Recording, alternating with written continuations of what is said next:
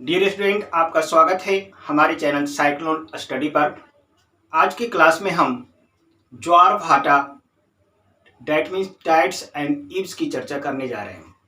ज्वार भाटा के केस में हम देखते हैं कि समुद्र की जो है जल का स्तर कभी ऊपर उठ जाता है, कभी नीचे गिरता है। समुद्र के जल का ऊपर उठना और फिर उसको नीचे गिरना ही जनरली हम ज्वार भाटा के नाम से जानते हैं, लेकिन इसके फैक्टर डिफरेंट फैक्टर होते हैं तो इसके नाम भी डिफरेंट होते हैं। जैसे आइए बोर्ड पर हम देखते हैं, यहाँ पर हमने लिखा समुद्री जल का उठना या गिरना। अब समुद्री जल का उठना या गिरना का यहाँ पर हमने तीन फैक्टर लिया। फर्स्ट फैक्टर लिया हवा के कारण, दूसरा फैक्टर लिया हमने समुद्री तल में भूकंप के कारण, और तीसरा फैक्टर हमने लिया सूर्य एवं चंद्रमा के आकर्षण बल के कारण। देखिए, समुद्री जल को ऊपर उठाने और गिराने के लिए कितने फैक्टर रिस्पॉन्सिबल है? तीन फैक्टर रिस्पॉन्सिबल है। फर्स्ट फैक्टर हवा हो गया हमारा, सेकेंड फैक्टर होगा समुद्री तल में भूकंप जब आते हैं तो उसके कारण भी समुद्र के जल ऊपर उठते हैं और गिरते हैं, और तीसरा फैक्टर होता है समुद्र के तल पर जो है हमारा सूर्य और चंद्रमा के आकर्षण बल काम करता है, और उस आकर्षण बल के कारण ही समुद्र की जो है जल ऊपर उठते हैं और गिरते हैं। तो हवा के कारण जब समुद्र के जल ऊपर उठते हैं और गिरते हैं तो उसको हम लहर के नाम से जानते हैं।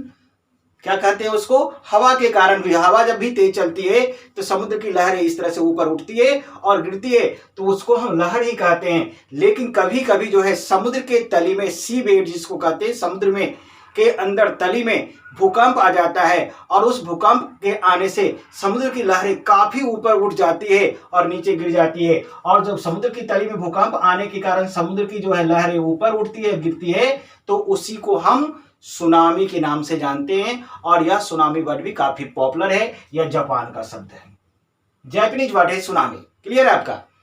अब देखिए, सूर्य और चंद्रमा के आकर्षण बल, समुद्र के तल पर सूर्य और चंद्रमा के अट्रैक्शन फोर्स काम करता है, और अट्रैक्शन फोर्स के कारण जब समुद्र के जल ऊपर उठते हैं और गिरते हैं तो उसे ही हम ज्वार भाटा कहते हैं। उसे ही हम ज्वार भाटा कहते हैं। हमें यहाँ पर इसको नहीं पढ़ना है, हमें इसे नहीं पढ़ना है, हमें इसे पढ़ना है। हमने अभी बताया, सिंपल सा बताया कि समुद्र सूर्य एवं चंद्रमा के आकर्षण बल के कारण समुद्र की जो लहरें ऊपर उठती है और गिरती है, उसी को हम क्या कहते हैं? ज्वार भाटा कहते हैं। समझ में आ गया बात आपको? तो आपको हम इस सुनामी के बारे में जान लिया। सुनामी कब नाम देंगे हम समुद्र की जल को ऊपर उठने गिरने को? जब समुद्र के तल में भूकंप आएगा तब। यहाँ हमें ज्वार भाटा की बात करना है, तो यहाँ ज्वार भाटा के लिए मेन रिस्पॉन्सिबल क्या होगा? सन एवं मून का अट्रैक्शन फोर्स। तो सबसे पहले हम ज्वार भाटा को क्या करेंगे? डिफाइन करेंगे, डिफाइन करने का प्रयास करेंगे। तो आप यहां पर साफ शब्दों में लिख सकते हैं, सूर्य एवं चंद्रमा के आकर्षण बल के कारण, आकर्षण बल के कारण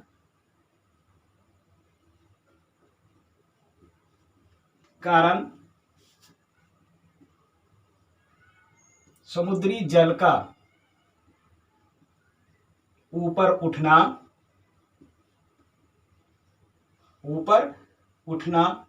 और गिरना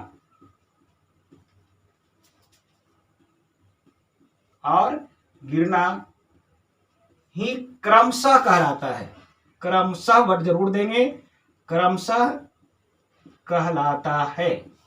क्या कहलाता है? ज्वार भाटा, यानी ज्वार और भाटा। देखिए, यहां पर आपको सिंपल सा आपका है कि समुद्री लहरों का जो है समुद्री जल का ऊपर उठना और गिरना क्रमशः कहलाता, यानी ऊपर उठने की क्रिया को हम क्या कहेंगे?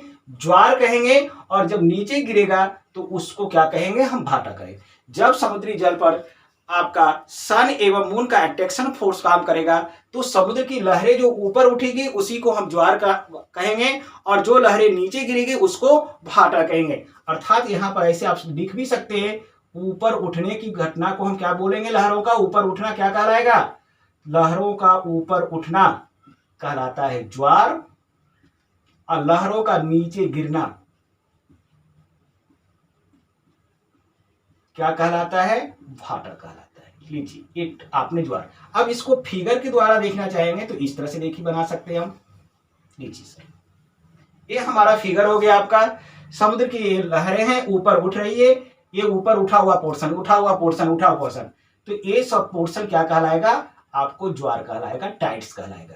ये भी टाइट्स है और ये भी टाइट्स ही कहलाएगा, यानी ज्वार कहलाएगा। देखिए 1 2 3 ये तीनों पार्ट जो है आपका ऊपर उठा हुआ, 1 2 और 3 नंबर पोर्शन क्या है? समुद्र की लहरें ऊपर को दिखा रहा है, तो ये ज्वार कहलाएंगे। और यहां पर आपका 4 नंबर ए और 5 नंबर ये नीचे गिरा हुए पोर्शन को शो कर रहा है, तो ये दोनों क्या कहलाएगा? भाटा कहलाएगा। क्लियर है आपका? ज्वार का समझ रहे हैं? ऊपर उठा हुआ पोर्शन क्या है आपका? ज्वार कहलाएगा, और नीचे गिरा हुआ पोर्शन क्या कहलाता है? भाटा कहलाता है। और इस ज्वार और भाटा के बीच का एक मिड लेयर होता है। ये ज्वार और भाटा देखिए, यहां पर ज्वार भाटा है, ये उठा हुआ है, हमने बनाया, इसको मैं थोड़ा रफ कर रहा हूं आपको समझाने के लिए, ठीक है। अब ज्वार और भाटा आप समझ लिए। अब इसका जो बीच में एक लेयर होगा, इन दोनों के बीच में, ज्वार और भाटा के बीच में जो एक लेयर होता है, यह हमने एक लेयर बना दिया। ज्वार और भाटा के बीच में एक लेयर बनाया, इसको MSL के नाम से जानते हैं। उसको क्या नाम दे दिया हमने? MSL। इसका फुल फॉर्म होता है, लिख लीजिएगा, मीन सी लेवल। इसको क्या बोलते हैं? मीन सी लेवल। इसका हिंदी होता है मध्य समुद्र तल। मध्य समुद्र तल लीजिए, यह हमारा MSL है। ये पूरा यहां से यहां तक क्या है? MSL है। और MSL का मतलब होता है, MSL का मतलब होता है मीन सी लेवल। मीन सी लेवल हो गया हमारा, इसकी हिंदी होती है मध्य समुद्र तल। और सबसे बड़ी इंपॉर्टेंट इंफॉर्मेशन MSL के बारे में है कि कोई भी स्थान कितना ऊंचा है या कितना गहरा है, इसको मेजरमेंट MSL से किया गया है जाता है। याद रखिएगा, आपसे क्वेश्चन पूछे जा सकते हैं कि किसी भी स्थान की ऊंचाई या किसी भी शहर की ऊंचाई या किसी भी प्लेस की गहराई का मापन किससे किया जाता है, किसको आधार मान के किया जाता है? तो हम MSL को आधार मान के किया जाता है। तो जैसे हम कहते हैं माउंट एवरेस्ट कितना है? 2500 से ऊपर ऊंचा है, तो इसका मतलब हुआ कि माउंट एवरेस्ट की ऊंचाई MSL से 2500 है। कोई अगर प्लेस है, वो कहता है कि वह आपका 200 मीटर ऊंचा है, तो इसका मतलब हुआ कि MSL से वह प्लेस 200 मीटर ज्यादा ऊंचा है। अगर कोई किसी की गहराई की बात कर रहा है, तो वह MSL से उतना गहरा है। तो इस बात को हमेशा दिमाग में बैठा लेंगे कि किसी भी प्लेस की ऊंचाई या गहराई का जो मेजरमेंट किया जाता है, कहां से किया जाता है? MSL से किया जाता है। क्लियर है आपका? ये क्वेश्चन पूछे जा सकते हैं आपके, ठीक है। अब हम देख रहे थे ज्वार भाटा को हमने डिफाइन किया, और आपने देखा कि ज्वार भाटा जो है सूर्य और चंद्रमा के अट्रैक्शन फोर्स के कारण क्रिएट होता है, और उसके आकर्षण बल काम करने के कारण समुद्र की जो लहरें ऊपर उठती है और नीचे गिरती है, उसी को ज्वार भाटा। अब ज्वार भाटा के क्या कारण है? ज्वार भाटा जो आ रहे हैं, इसका कारण अभी हमने बता दिया का कारण। तो इसके मेन कारण है ज्वार भाटा के लिए आपका, पहला तो है सूर्य का आकर्षण बल। पृथ्वी पर सूर्य के आकर्षण बल का लगना, और दूसरा चंद्रमा का आकर्षण बल।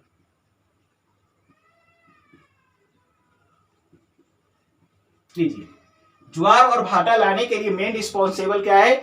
सूर्य का आकर्षण बल और चंद्रमा का आकर्षण बल। अब सवाल उठता है कि दोनों में अर्थ पर किसका अट्रैक्शन फोर्स ज्यादा काम करता है? सूर्य का अट्रैक्शन फोर्स ज्यादा काम करता है कि मून का अट्रैक्शन फोर्स ज्यादा काम करता है? तो सबसे ज्यादा आपको जानना पड़ेगा कि अर्थ के सरफेस पर चंद्रमा का आकर्षण बल सबसे ज्यादा काम करता है। किसका आकर्षण बल ज्यादा काम करता है? मून का अट्रैक्शन फोर्स अधिक काम करता है। अब सवाल उठता है क्यों करता है? तो इसका अधिक मून का इसलिए करता है कि मून हमारा जो है, मून जो है अर्थ के काफी पास है।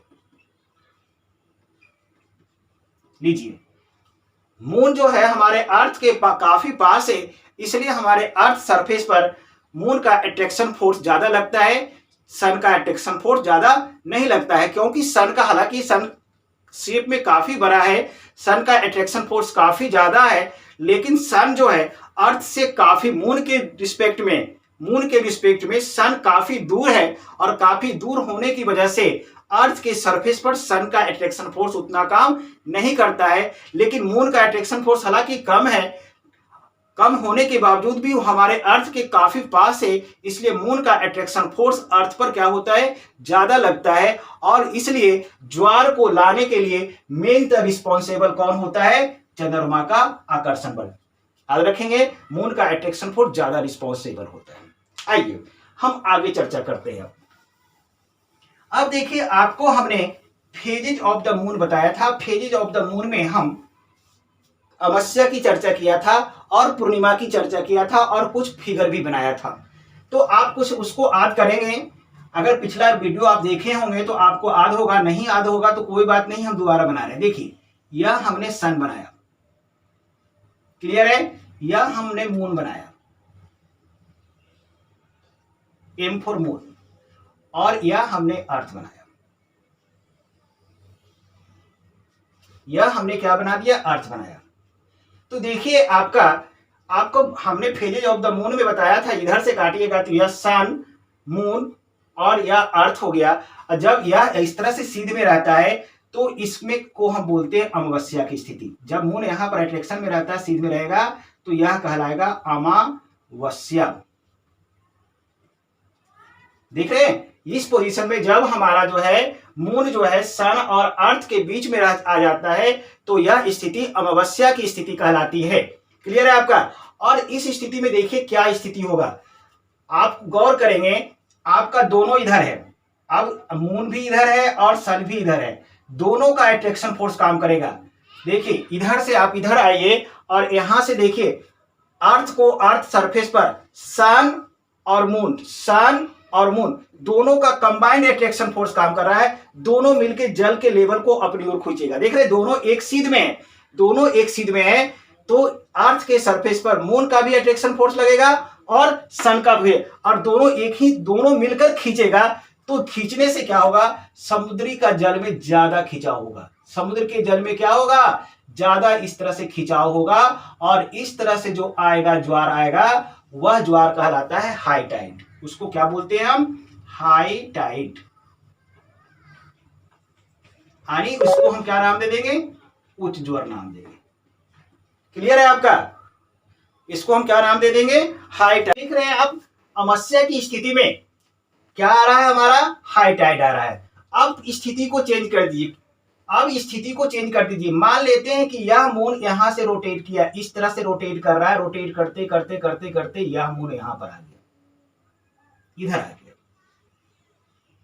यह मून वहां पर था, इस समस्या की स्थिति में थी। अब यह मून रोटेट करके हमारा क्या आ गया, इधर आ गया। थोड़ा सा दूर बनाइए आप, यहां पर आ गया, इस कंडीशन में आ गया। लीजिए, यहां पर आ गया और यहां से मून को हटा दीजिए। आप सपोज कीजिए मून यहां से चेंज हो गया।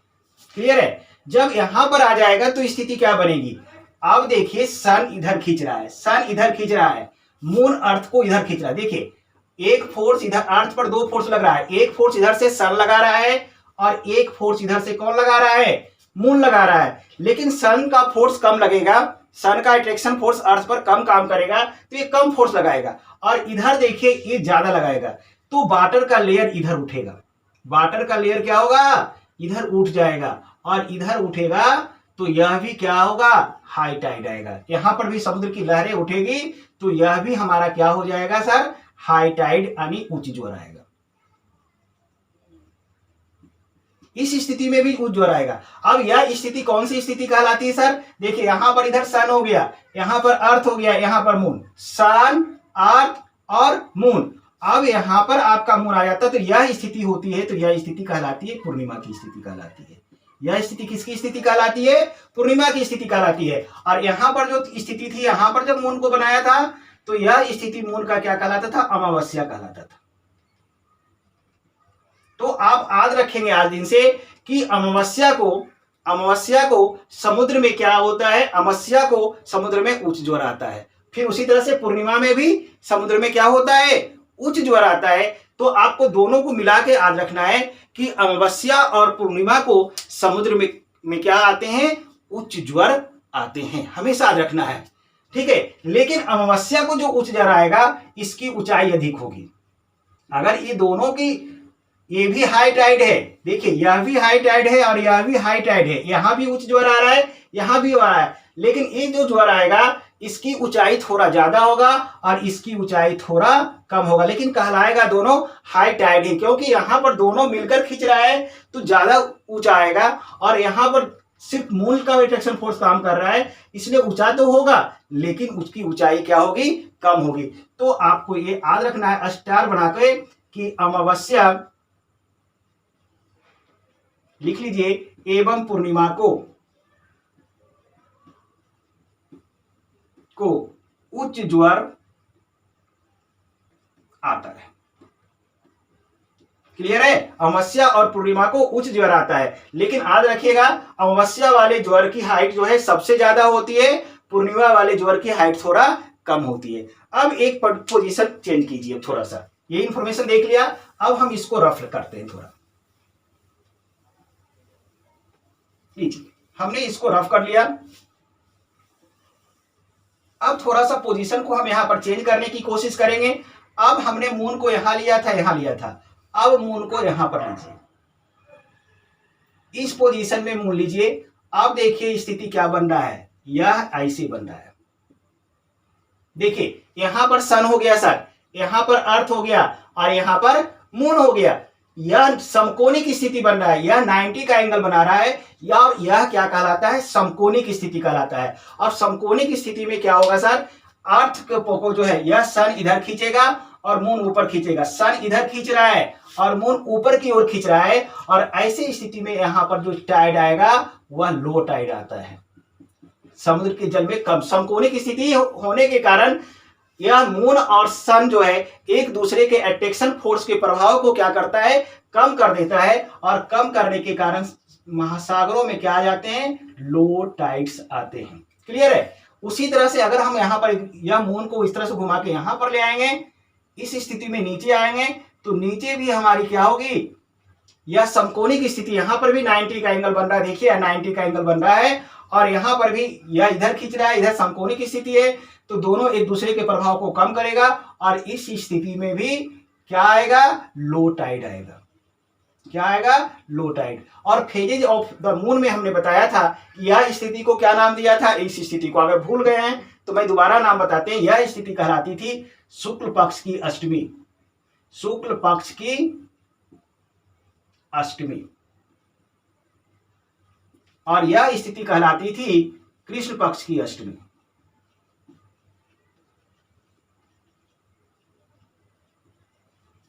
यह शुक्ल पक्ष की अष्टमी की स्थिति हो गई और यह कृष्ण पक्ष की अष्टमी की स्थिति हो गई। तो आपको याद रखना है शुक्ल पक्ष की अष्टमी और कृष्ण पक्ष की अष्टमी को महासागरों में लो टाइड आते हैं, निम्न ज्वार आते हैं। और क्यों आते हैं, क्योंकि सूर्य और अर्थ और मून, सूर्य अर्थ और मून एक दूसरे के क्या होते हैं, समकोणिक होते हैं, और समकोणिक होने के कारण सूर्य और चंद्रमा एक दूसरे के आकर्षण बल के प्रभाव को क्या करते हैं, कम कर देते हैं, जिसके कारण महासागरों में क्या होता है, लो टाइड्स आते हैं। तो 2 पॉइंट्स तो आपको याद रखना ही रखना है, हमने फिगर से समझा दिया आपको बनाना है तो बना लीजिएगा। ठीक है, आपको हमेशा दिमाग में रखना है पहला पॉइंट, अमावस्या पूर्णिमा को हाई टाइड, लेकिन अमावस्या वाले टाइड की ऊंचाई अधिक। दूसरी बात, शुक्ल पक्ष की अष्टमी और कृष्ण पक्ष की अष्टमी को समुद्रों में लो टाइड आएगा। और क्यों आएगा, क्योंकि समकोणिक स्थिति बनती है तीनों के बीच की, और सूर्य और चंद्रमा एक दूसरे के अट्रैक्शन फोर्स के प्रभाव को क्या करता है, समकोणिक स्थिति के कारण कम कर देता है। अब आइए नेक्स्ट इंफॉर्मेशन। अब देखिए यहां पर एक फिगर हमने बनाया, फिर अर्थ, समझ में आ रही बात, अर्थ ले लिया। और आपको मैं बता रहा हूं कि टाइड लाने के लिए मेन रिस्पॉन्सिबल कौन है, मून होता है। मेन रिस्पॉन्सिबल फैक्टर कौन है, मून होता है, सन उतना नहीं है, इसलिए हमने सन को ऑमिट किया, मून को लिया। अब देखिए, अब यहां पर मून है तो यहां पर इसका अट्रैक्शन फोर्स कैसे काम करेगा, यहां पर काम करेगा। देखिए गौर कीजिए, मून का अट्रैक्शन फोर्स यहां पर काम करेगा, किस बिंदु पर काम करेगा, ए पॉइंट पर काम करेगा। गौर से कीजिए, हम कुछ अलग बात समझाने की कोशिश कर रहे हैं। अब यहां पर अर्थ है आपका, यहां पर मून है, तो आपका यहां पर ए पॉइंट पर काम करेगा, और ए पर जो जल का स्तर है वहां पर उठ जाएगा, अर्थात ए पॉइंट पर क्या होगा, ज्वार आएगा। किस पॉइंट पर आएगा ज्वार, ए पॉइंट पर ज्वार आएगा, इस पॉइंट पर क्या आएगा, ज्वार आएगा। देख रहे हैं आप, ए पॉइंट पर ज्वार आएगा।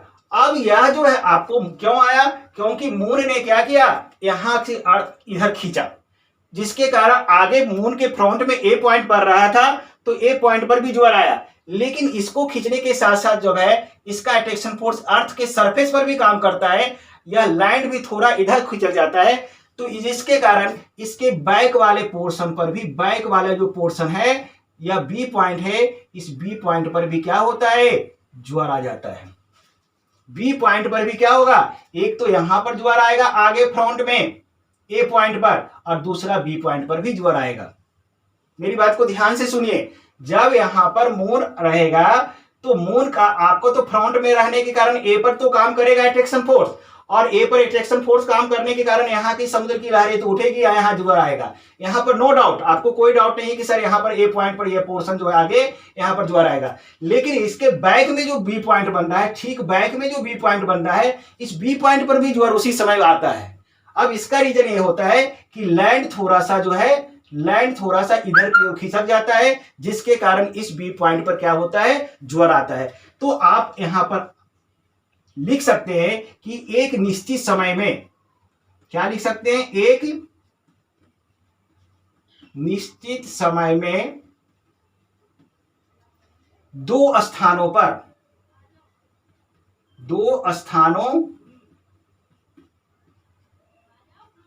ज्वार आता है। एक निश्चित समय में दो स्थानों पर ज्वार आता है। पहला क्या हो गया,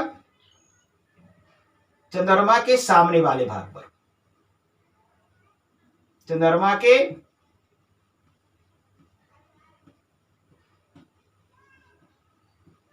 सामने वाले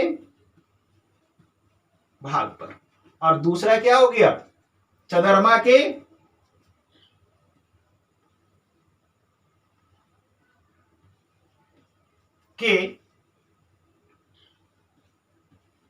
ठीक विपरीत पृथ्वी के स्थान पर। देखिए हमने लिखा चंद्रमा का, ये चंद्रमा का सामने है तो यहां तो आएगा ही आएगा। दूसरा चंद्रमा के ठीक विपरीत, चंद्रमा इधर है तो इसके विपरीत आइए, इसके विपरीत किधर, इधर, इधर। अब पृथ्वी के स्थान पर, इसके विपरीत में जो स्थान पड़ेगा वहां पर। आप समझ रहे हैं, आपको फिगर समझ रहे हैं कि एक तो फ्रंट वाले पोर्शन पर आएगा ही आएगा, और दूसरा अर्थ के बैक पोर्शन पर भी। एक अर्थ के फ्रंट पोर्शन जो चंद्रमा के सामने रहेगा तो वहां आएगा ही आएगा, और एक बैक पोर्शन जो अर्थ का होगा उस पोर्शन में भी ज्वार आएगा। तो आपको याद रखना है कि एक निश्चित समय में अर्थ पर दो जगह ज्वार आएगा, एक ही समय में दो जगह, एक सामने जो पड़ेगा वो वहां पर आएगा, और दूसरा क्या होगा उसके बैक पोर्शन में, जैसे ए पॉइंट हो गया, बी पॉइंट हो गया। क्लियर है आपका। एक कंडीशन और लेते हैं, देखिए अब यहां पर हमने निश्चित समय को आधार बनाया था, अब इस पॉइंट को बनाइए। अब आपको सोचिए, अब आपको सोचने का रहे हैं, क्या सोचने का रहे हैं, देखिए सर यहां पर हमने इस फिगर को रफ कर दिया, इस फिगर को रफ कर दिया, लीजिए। अब यहां पर हमारा ए पॉइंट है, अब हमारा ए पॉइंट है। अच्छा ए पॉइंट यहां है और ये घूम रहा है अर्थ, ये 24 घंटा में अर्थ अपने एक्सिस पर पूरा घूम जाएगा। एक यहां घूमा, यहां से घूम के यहां आ जाएगा, फिर यहां 24 घंटा में एक बार पूरा चक्कर लगाएगा। देखिए अब हम यह देखने की कोशिश कर रहे हैं कि ए पॉइंट पर, ए बिंदु पर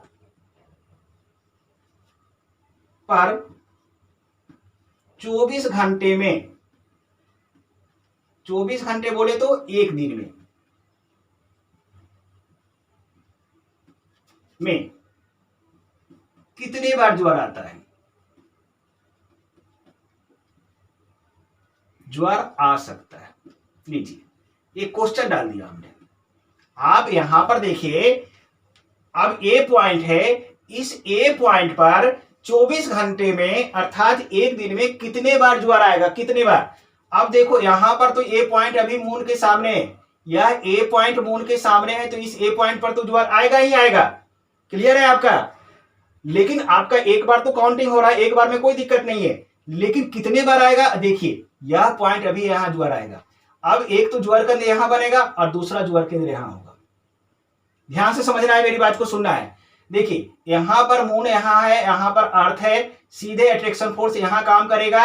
एक ही समय में ए पॉइंट पर ज्वर आएगा, ए पॉइंट अभी यहां है, और इसी समय में बी पॉइंट में भी एक ज्वर आएगा, दोनों जगह आएगा। लेकिन 24 घंटे की बात कर रहा है, तो 24 घंटा में यह पॉइंट ऐसे घूमेगा, ए ऐसे घूमेगा, ए ऐसे घूमेगा, ए, और ए 12 घंटा में घूमकर यहां आ जाएगा। यहां से ए हटेगा और यहां आएगा, तो एक ज्वार कण तो यहां पर बंद था, दूसरा यहां। तो जैसे यहां पर ए पॉइंट यहां से यहां आएगा 12 घंटे में, तो यहां पर फट से ज्वार आ जाएगा।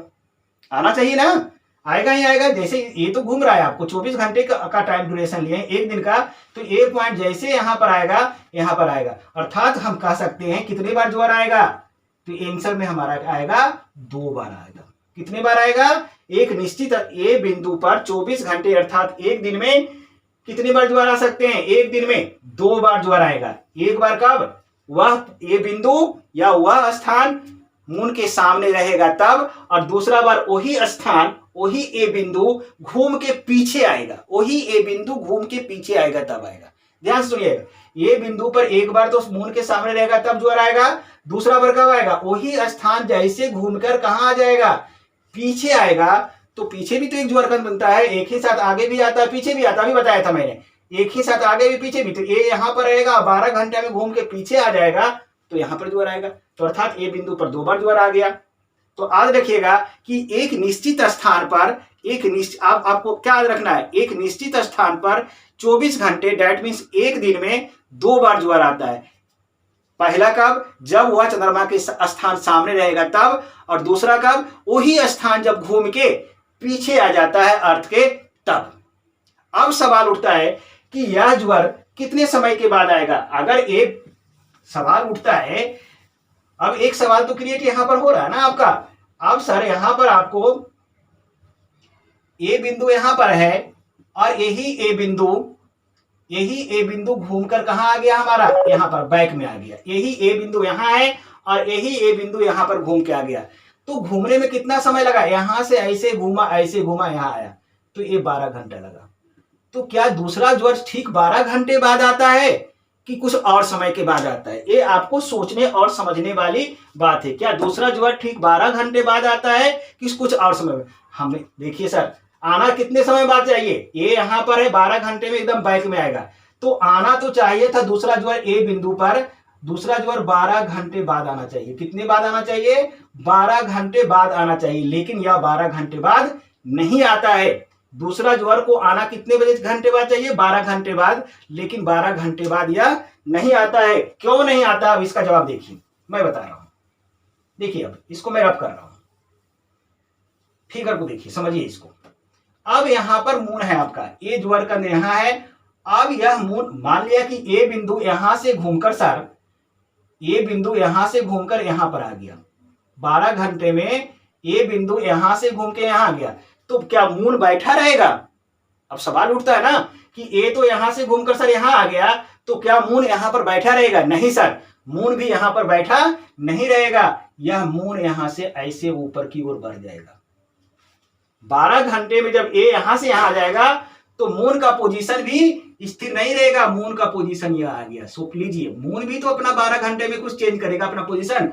अब मून का पोजीशन जब चेंज हो जाएगा सर, तो यहां से ऐसे कीजिए, ऐसे लीजिए सर, ज्वार का पोजीशन बदल गया। मून अब यहां पर मून रहता, तब मून यहां पर है, तब यहां पर आएगा ना, आगे और पीछे आएगा। और जब 12 घंटे में यहां आ गया, तो 12 घंटे में मून भी यहां पर पहुंच गया, और जो मून यहां आ गया तो वो अट्रैक्शन फोर्स तो यहां काम करेगा। ज्वार का बिंदु, नया ज्वार बिंदु यहां पर बन गया। अब ये यहां तक आने में इसको 12 घंटा, अब यह ए बिंदु 12 घंटे के बाद यहां पर आएगा, तब आएगा ज्वार। 24 घंटे में तो 2 बार आएगा, लेकिन दूसरा ज्वार जो आएगा ए बिंदु पर ठीक एक्यूरेट 12 घंटे के बाद नहीं आएगा। अब क्यों नहीं आएगा, क्योंकि मून के पोजीशन चेंज होने के कारण ज्वार का पोजीशन यहां पर जो था, यहां पर था, वह ट्रांसफर होकर यहां पर आ गया। अब यह ए बिंदु जब यहां पर आ जाएगा, तब ज्वार आएगा। तो यहां से यहां तक आने में जो समय एक्स्ट्रा लगता है, वह 26 मिनट का समय लगता है। कितने समय लगता है? 26। तो 12 घंटा इधर और प्लस 26 मिनट, अर्थात दूसरा ज्वार कितना आएगा?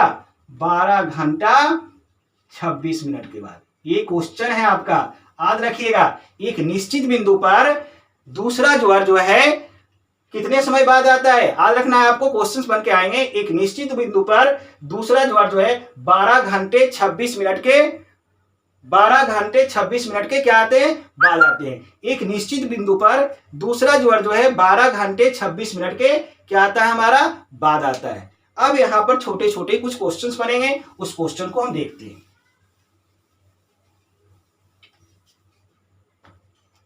पहला पॉइंट, दो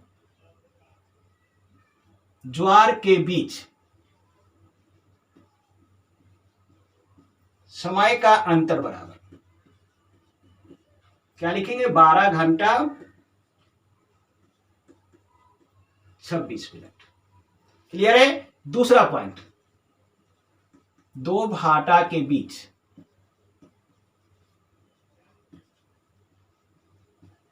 समय का अंतर, ये भी कितना होता है? 12 घंटा 26 मिनट का। आपसे पूछा जाएगा एक ज्वार एवं एक भाटा के बीच समय का अंतर। अब एक की बात है तो आधा कर दीजिए इसका, तो ये होगा 6 घंटा 13 मिनट का। क्लियर है? ये सारे इंफॉर्मेशन हमारे ज्वार भाटा से, यहां से आपके क्वेश्चंस आ सकते हैं। अब सवाल उठता है कि विश्व में सबसे ऊंचा ज्वार कहां आता है। अब अगला जो सवाल हमारा आता है, नेक्स्ट इंफॉर्मेशन काफी इंपॉर्टेंट है। विश्व में सबसे ऊंचा ज्वार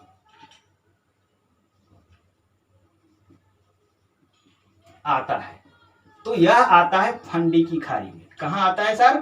फंडी की खाड़ी में। अब देखना पड़ेगा फंडी की खाड़ी कहां है, कहां आता है? फंडी खाड़ी। आइए आपको मैं एक मैप बना रहा हूं, पहले बनाने दीजिए, उसके बाद देखिए।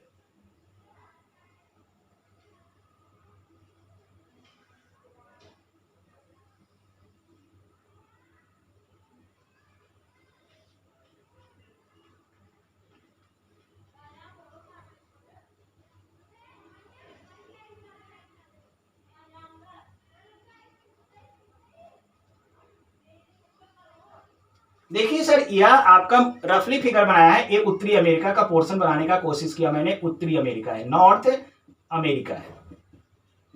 और नॉर्थ अमेरिका में यहां पर ऊपर में देखिए, यह जो पोर्शन है आपका यही आपका फंडी की खाड़ी है। तो याद रखेंगे, आपका यह नॉर्थ अमेरिका में के पूर्वी तट पर अटलांटिक महासागर इधर पड़ेगा, वहां पर आपका सबसे ज्यादा ऊंचा ज्वार आता है। आपको पूछा जाएगा कि विश्व में सबसे ऊंचा ज्वार कहां आता है, तो फंडी की खाड़ी में, वह नॉर्थ अमेरिका के पूर्वी तट पर फंडी की खाड़ी पड़ता है। देख लिया आपने। लेकिन अब भारत के कंटेक्स्ट में अगर देखना चाहेंगे, तो भारत में जो है सबसे ऊंचा, आप सवाल उठता है कि भारत में सबसे ऊंचा ज्वार कहां आता है, तो लिखेंगे भारत में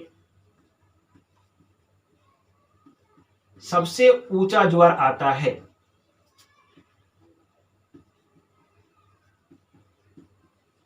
कहां आता है? ओखा तट पर। अब सवाल उठता है कि ओखा तट कहां है। ठीक है, तो देखिए ओखा तट में बनाने की कोशिश कर रहा हूं, दिखा रहा हूं मैं ओखा तट।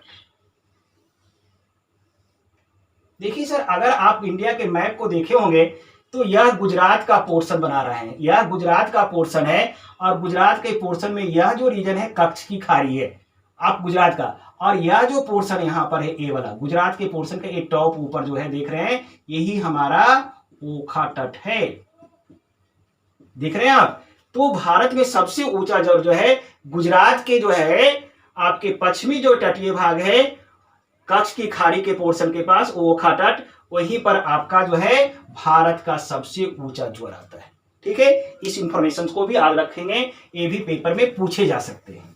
अगला क्वेश्चन देखिए आपका जो है इंपॉर्टेंट बन के आ रहा है। देखिए अभी आपको बताया था कि किसी एक स्थान पर कोई निश्चित प्लेस लेते हैं तो वहां पर दिन भर में कितनी बार ज्वार आ सकते हैं? 2 बार ज्वार आ सकते हैं। दिन भर में कितने बार ज्वार आ सकते हैं? 2 बार आ सकते हैं। लेकिन एक ऐसा प्लेस है जहां दिन भर में, जहां एक दिन में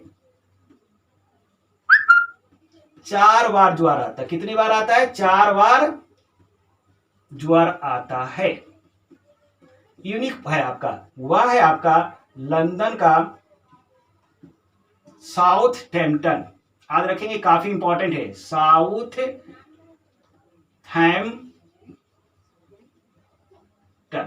लंदन के साउथहैम्पटन में जो है आपका दिन भर में क्या होता है? 4 बार ज्वार आता है। इसमें आपका 2 बार जो होता है उत्तरी सागर से आपका 2 बार आता है, और इंग्लिश चैनल से लिख लीजिएगा 4 बार कैसे हो रहा है। इंग्लिश चैनल से